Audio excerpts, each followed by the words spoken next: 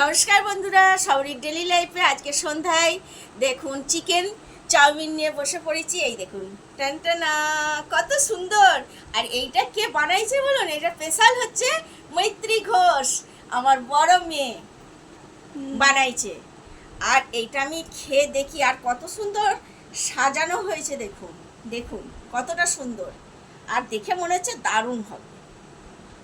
খেয়ে দেখছি, বুঝলি কেমন বানাইছো তুমি। উম,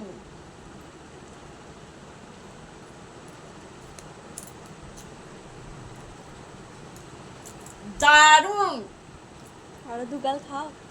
দারুণ হয়েছে, দারুণ দারুণ। চিকেনগুলো দেখাও শুধু সাদা। এই দেখুন চিকেন তো আছে। উম,